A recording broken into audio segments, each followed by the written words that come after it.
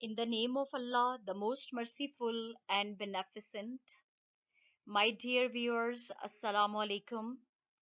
Here I am with my lecture on the topic Tom Jones, a comic epic in prose. The question is, what are the characteristics of the novel Tom Jones, written by Henry Fielding, which makes it a comic epic in prose? What are the qualities of the novel for which it is called as comic epic in prose? I hope you would appreciate my efforts, you would like my video, and it will make the things easy for you to understand.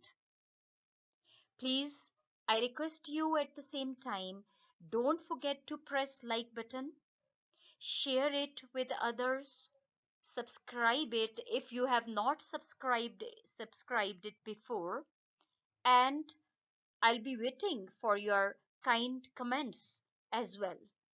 I'll be grateful. Tom Jones, a comic epic in prose. First of all, we will give a definition of epic. What is epic? Then, what is comic epic in prose? First of all, we must know what is epic, what is comic epic, and then we can justify whether all these elements are included in the novel Tom Jones. Definition of epic. Epic is a long narrative poem on a great and serious subject with elevated style recounting the deeds of a legendary. Now, what is an epic? You might have read many epics in English literature. For example, Rape of the Lock is very famous epic poem, and you might have read it. It deals with, you need to remember that it deals with great subjects with elevated style. It is of serious nature. Recounting, what does it deal with? It recounts the deeds of a legendary, extraordinary events of the past, legendary or historic hero. It deals with the heroic action of some historic hero. It is a sort of legend. Deeds of legendary. In modern use, this term epic is generally applied to only in the works on matter of great importance. So, in modern use, if you therefore, epic is the work of great importance. The works on the matter of great importance. So, this is the definition of epic. Now, what is the comic epic in prose? It is a work of prose fiction. Now, what is a prose? A text, a story, written in the form of novel as well, written in the form of story, with elements of comedy, epic, and romance. First of all, you will give the definition of epic, then comic epic in prose. So, it is a work of prose with elements of comedy, epic, and romance. These three elements are present in the prose. It is epic in length. If you see the length of this prose, take the example of Tom Jones. Because you are dealing at present with Tom Jones, it is a lengthy novel. So, it has the quality of epic in its length and in variety of incidents. There are so many incidents, there are so many happenings in the novel. So, it is epic. The quest format of the plot is typical of both epic and romance. What is the plot of this prose? It is a quest, it is a struggle for happiness, it is a pursuit of some goal, or a struggle to attain some goal in life. Quest format of the plot is typical of both epic and romance, as are the many quixotic battles. Now see, quixotic battles, there are many idealistic battles in the novel which are far from the realism. Quixotic battles and adventures and the hero's love motive. Now see, if you see all these elements, they are present in the novel Tom Jones. Thus, a comic epic in prose chiefly promises a variety of characters involved in a very comprehensive action. Now see, again take the example of Tom Jones. It is a comic epic. Why? Because it involves variety of characters in it. The novelist's tone is light, even frivolous, very light-hearted, very minor, of less importance, and he gives mildly satirical, ironical exposition of the ridiculous. What is ridiculous in the society? माशरे में क्या चीज़ मुज़हिका खेज़ है, उसका वो मजाक उड़ाता है in a very satirical way, but his satire is a very mild satire. ठीक है, हंसी हंसी में वो एक सेटायर है, उसका एक तंज है माशरे के वेज एंड मीन्स पे. It is not romance since it is highly down to earth realistic. You can't say it a purely romantic work of fiction because it is not merely a romance, it is down to earth realistic because it depicts reality of the society. It is not history, for it is not a superficial study of events, nor it is a burlesque. For a burlesque distorts while it does not. Behind the frivolous tone of the novelist, there is a strict moral responsibility which he shares with the writers of the serious epics. Now, it is said in this slide that it is neither pure history nor burlesque, because in burlesque you distort the reality. But the novelist, there is a strict moral responsibility on the novelist which he shares with the writers of the serious epics. What Fielding was attempting was an entirely new species of literature in his language. Now, Fielding has attempted for the first time completely new species of literature, new kind of literature. That's why he is called as the father of English literature, English novel, father of English novel, because this was the first time he used comic epic in prose in his novel Tom Jones. That's why Tom Jones is known as a comic epic in prose. And he was right to claim when he says that this kind of writing I don't remember to have seen hitherto attempted in our language, कि अब तक मैंने इस तरह की writing अपने हमारी language में इस तरह का जो literature है, piece of literature अभी तक नहीं देखा. So there was a new term for the first time in the 18th century that Henry Fielding had invented in his novel Tom Jones. And what is that? The term is comic epic in prose.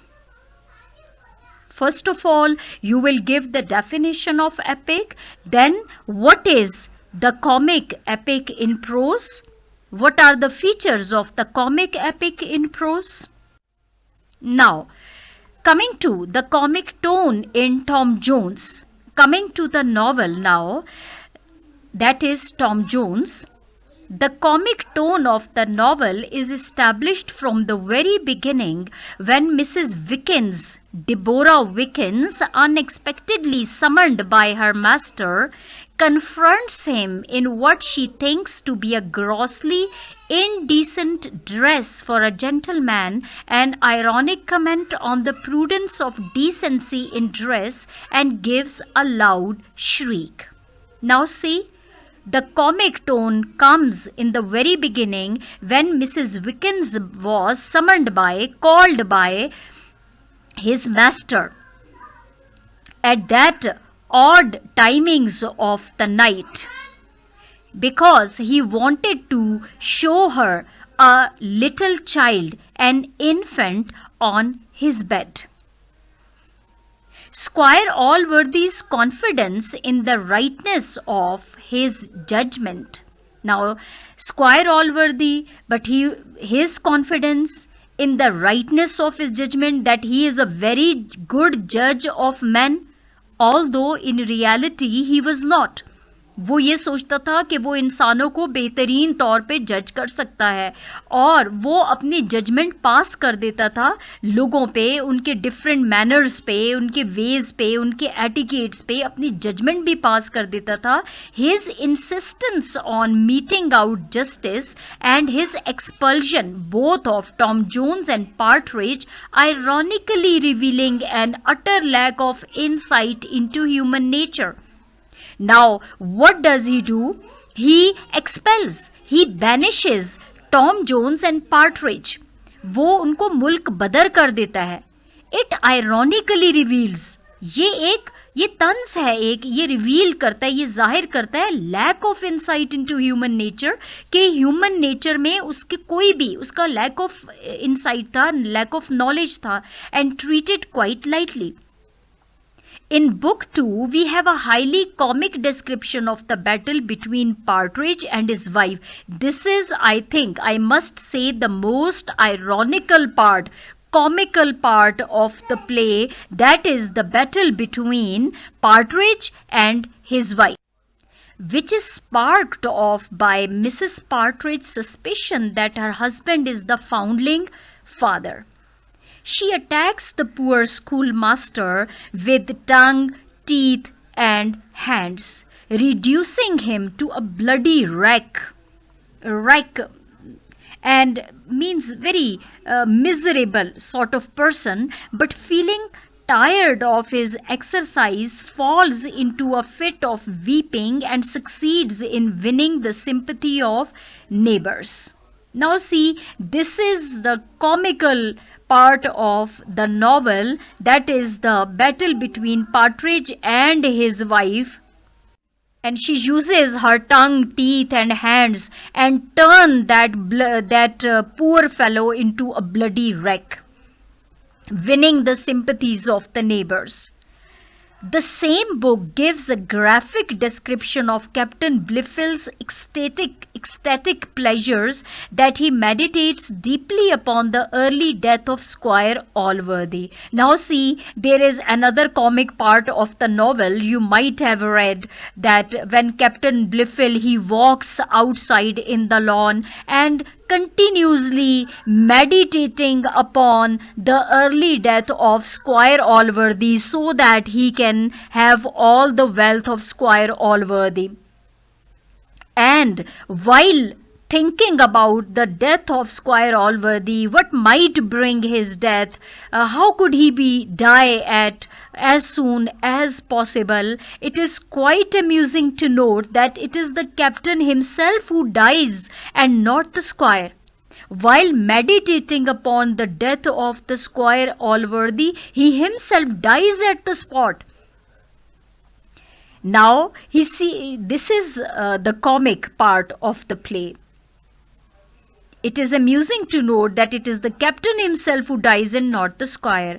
The description of the bitter, rift-ridden, wedded life of the Blifil ends with a description of the warm and moving tribute engraved on the captain's tombstone by his inconsolable wife. Now see that there was no happy marriage between Blifil and Miss Bridget Allworthy.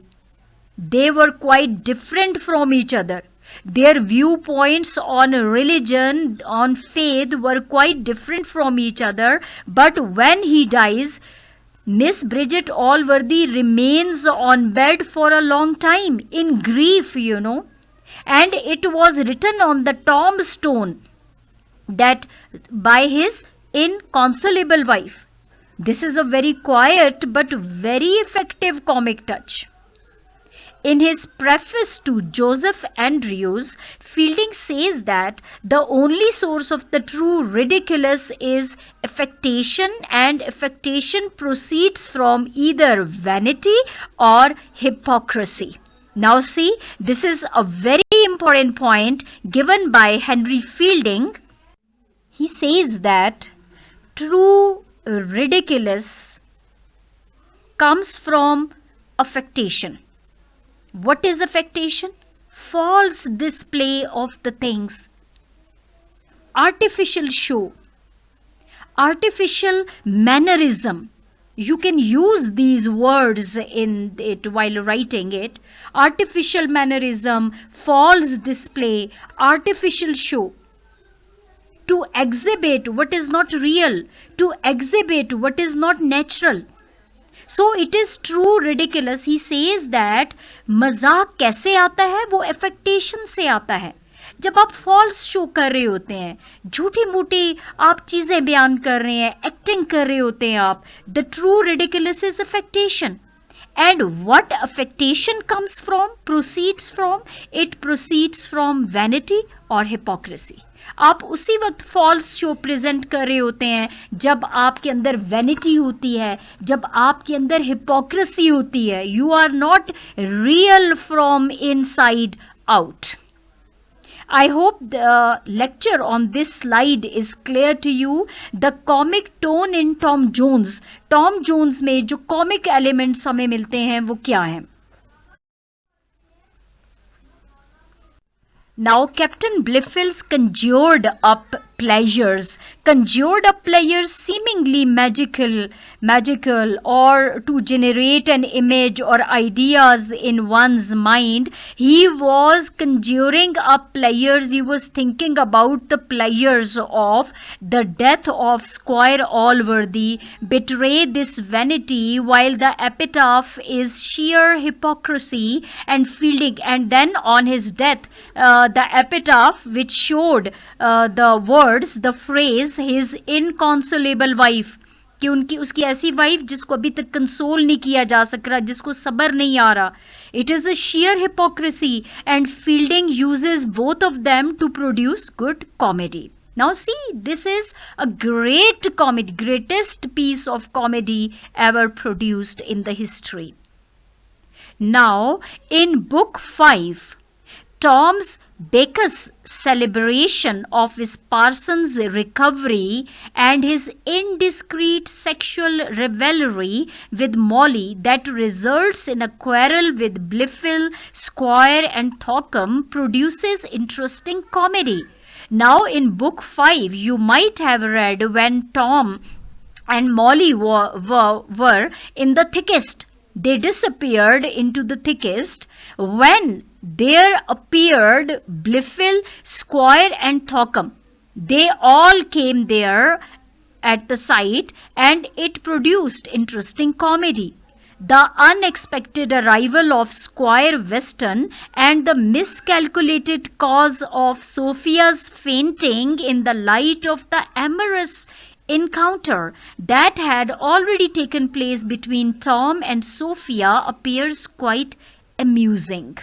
Now see, these events were amusing. Sophia fainted when she came at the site and she came to know about the Molly and Tom Jones, that they were there and they were caught red-handed by Squire, Blifil and Thockham. She fainted at the place, and that these all events created comedy. In book 6, there is violent outbursts of Squire Weston as he gets the news of Sophia's being in love. Now see, The father, when comes to know about his daughter's being in love, he immediately bursts out. How? In love? In love? Without acquainting me? मुझे बताए बगैर? Without intimating me? She fell in love? And now in anger, in fury, he says, I'll disinherit her. I'll turn her out of doors stark, without a farthing. Now, see, in his fury, he doesn't know what to say. He says that I will turn her out of my door firmly. Stark means firmly, and without a farthing, without, it was a British unit of currency. And he says without even a penny in her hand. So, this violent display of temper is as ridiculous as his later approbatory outburst when Sophia's aunt interrupts him to remark that she might have fallen in love with the youth of his own choice. Now, Sophia's aunt interrupts him and she convinces him that she might have fallen in love with the youth of her choice. Youth of his choice means her father's choice. Squire Weston immediately says, if she marries the man I would have her, she may. Love whom pleases. I shan't trouble my head about that. And then he says that if she falls in love according to the choice of her father, then she will have everything, whatever she requires, whatever she wishes. So, this is a comedy in the play. These are some of the comic elements in the play. And very famous were in the very beginning the comments by Miss Bridget Allworthy when she shrieks to have been summoned by Squire Allworthy at that time of the night at odd timings. Then a fight between, a quarrel between that Partridge and his wife, and then again, Captain Blifil's thinking about the early death of Squire Allworthy, so he may have all the wealth himself. These all are the comic elements in the novel. It makes it an epic because these are the lengthy events, with so many characters involved in it, with so many happenings and so many events.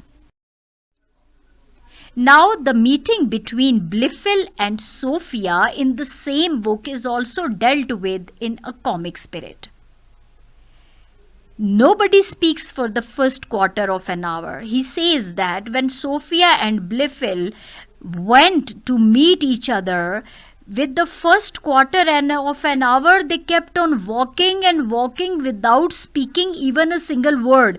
उन्होंने कोई लफ्ज़ ना बोला और पौना घंटा वो walk करते रहे. Then Blifil suddenly breaks forth into a torrent of far-fetched verbosity answered by Sophia with monosyllables.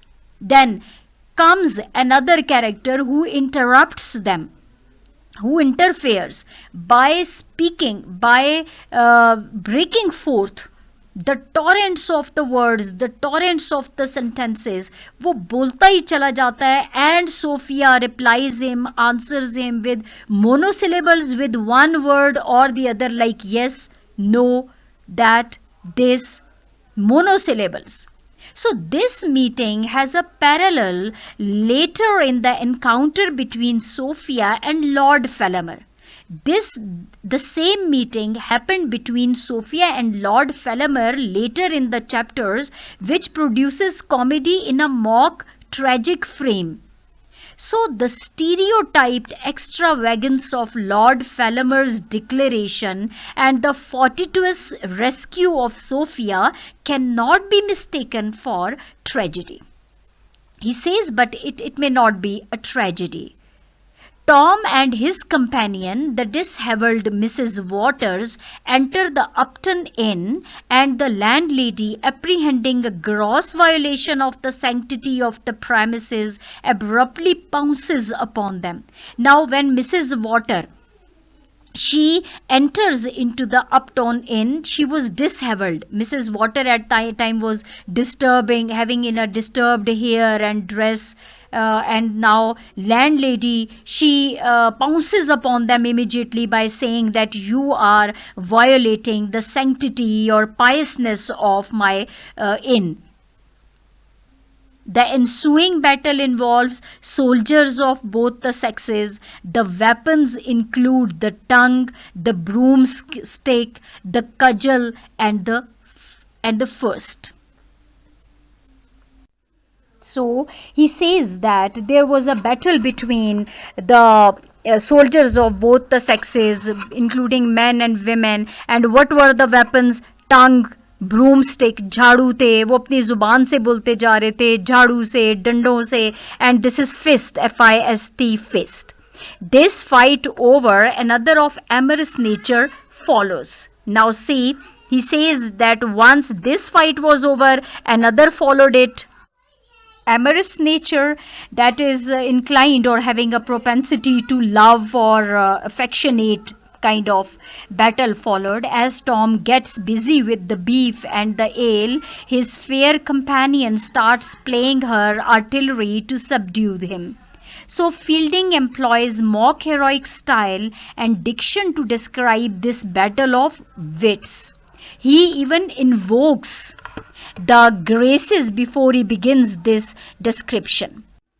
Battle of wits, ऐसी जंग जिसमें जहन का इस्तेमाल होता है, एक दूसरे को जवाब, सवाल और जवाब, एक दूसरे को जवाब देना, और जिसमें जहानत की जंग होती है. So he even invokes graces before he begins this description. So this is a mock heroic style and diction to describe the battle of wits. Finally, Mrs. Waters wins and enjoys the fruit of her victory. This is followed by Mr. Fitzpatrick's efforts to claim. Now he says that first of all Mrs. Water wins, and then later on there is another happening in which this is followed by Mr. Fitzpatrick's efforts to claim kindred with Squire Weston. कि mister fits Patrick ये effort करता है कि वो square western के साथ अपना relationship claim करे कि मैं उसका रिश्तेदार हूँ. वो and his negligence of all pleas are also comic in tone, and squire Western neglects him all his pleas, and it makes it comical as well. वो अपने आप को एफिलिएट करने की कोशिश कर रहा है mister fits Patrick square western के साथ कि मैं आपका रिलेटिव हूँ, और स्क्वायर वेस्टन मुसलसल उसको निगलेक्ट कर रहा है, उसकी तमाम प्लीज़ को, उसकी रिक्वेस्ट्स को निगलेक्ट कर रहा है. It is also very much comical in tone. Now coming to Fielding's comic relief in tragedy. Now see, there are tragic events, and immediately a comic relief comes that does not remain, and the novel does not remain tragedy at all. Whenever the situation is in danger of getting a tragic coloring, and whenever the chief protagonists find themselves in some precarious predicament, Fielding provides a comic turn or offers a timely resolution. We have seen in the novel Tom Jones में हमने देखा है कि जैसे ही कोई dangerous turn आता है, फौरन फील्डिंग की ये एबिलिटी है कि वो कॉमिक रिलीफ प्रोवाइड कर रहा है. Torn between his love for Sophia and moral responsibility for Molly, Tom finds himself in a state of actual mental conflict. Now see, hero of the novel is in conflict, and it is the characteristics of the tragedy as well. So this conflict is resolved by the discovery of the philosopher Squire behind the curtain in Molly's bedroom. Now see, readers are immediately awestruck when they come to know that there was a person named Squire in the cupboard of Molly Seagram.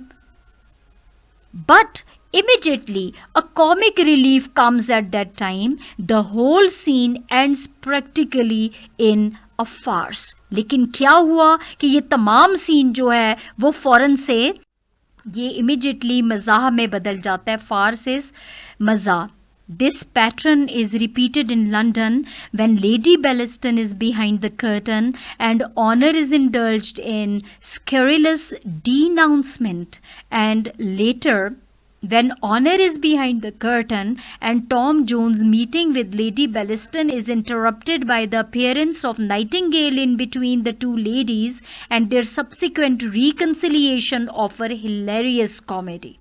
First of all, when we find Squire in Molly's bedroom, then later on in London, Lady Bellaston is behind the curtain, and when honor is indulged in denouncement, when she fights with Tom Jones, and later on when honor is behind the curtain, when she comes behind the curtain, she sees Lady Bellaston and both shrieked to see each other. Then Tom Jones' meeting with Lady Bellaston is interrupted by the appearance of the Nightingale in between the two ladies and their subsequent reconciliation of a hilarious comedy. Then coming to the autobiographical account of Man of the Hill and Mrs. Fitzpatrick, there is another event in the novel. The autobiographical account of the Man of the Hill and Mrs. Fitzpatrick's story are tragic, but the comic tone of the author saves them from being unrelieved tragedy. In the case of the Man of the Hill, it is Partridge's attitude and his amusing interruptions of the narrative that extenuate its tragic effect.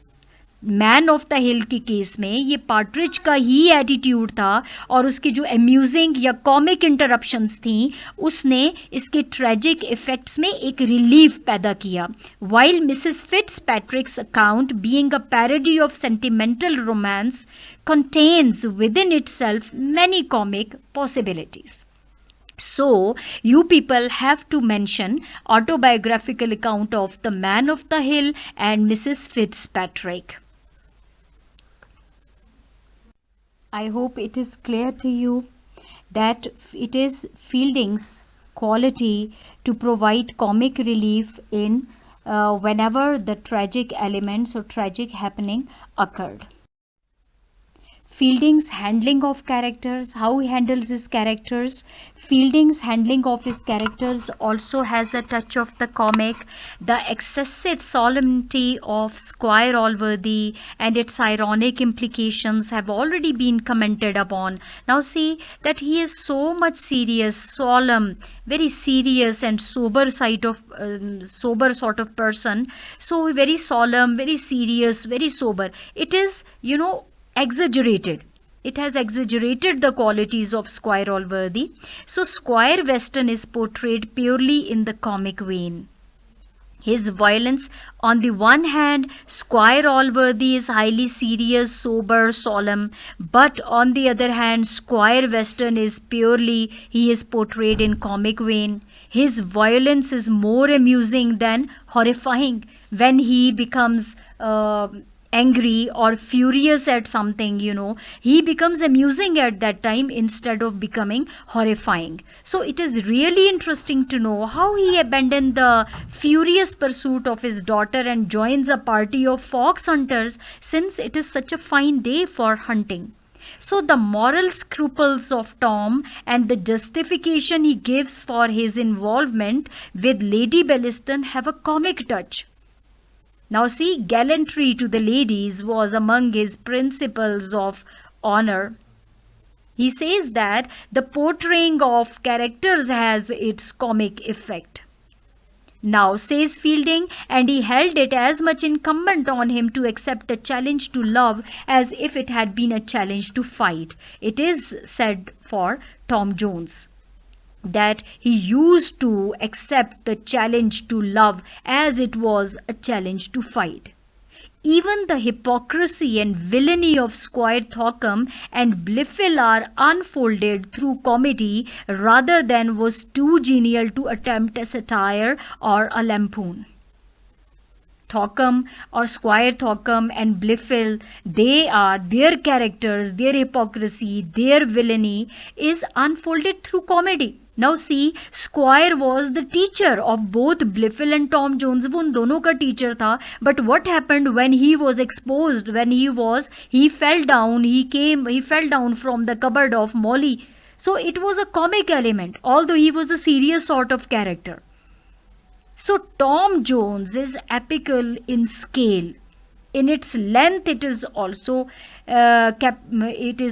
epical. If Tom Jones is comic in spirit, it is epical in scale. It offers at least 40 well portrayed characters. There are 40 characters, all are full-fledged characters drawn from different cross section of society.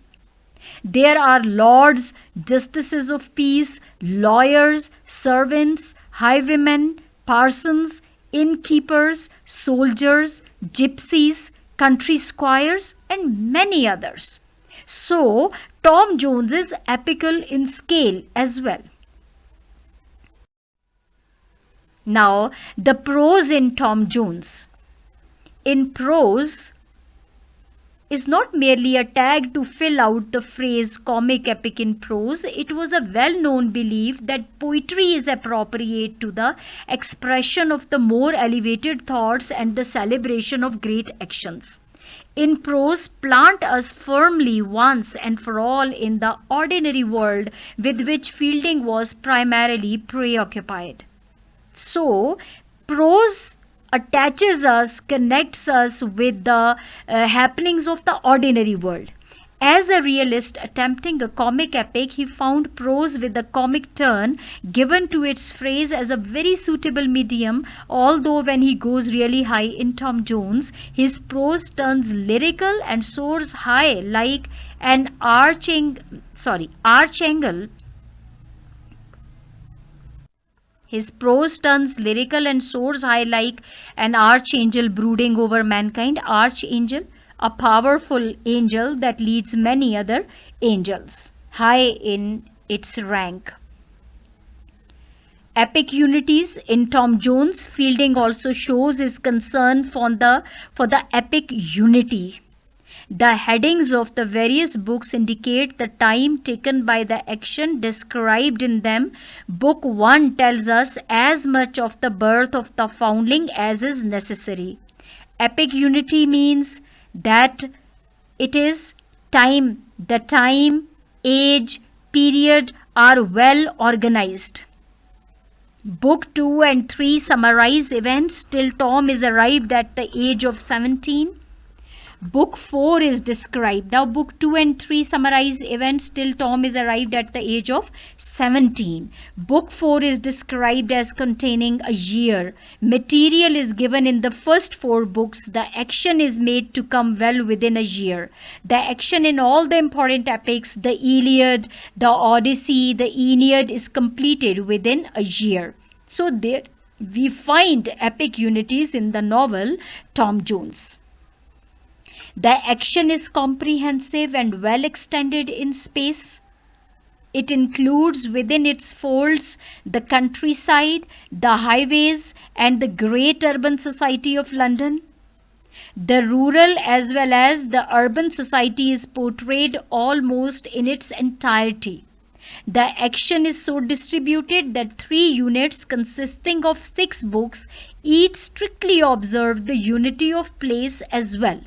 So epic unity, the quality of the unity of the epics is also found in the novel Tom Jones, which makes it a comic epic in prose.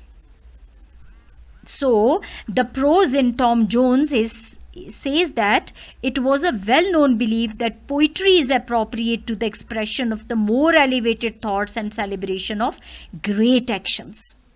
So, Tom Jones fulfills all the requirements of the qualities of epic poem.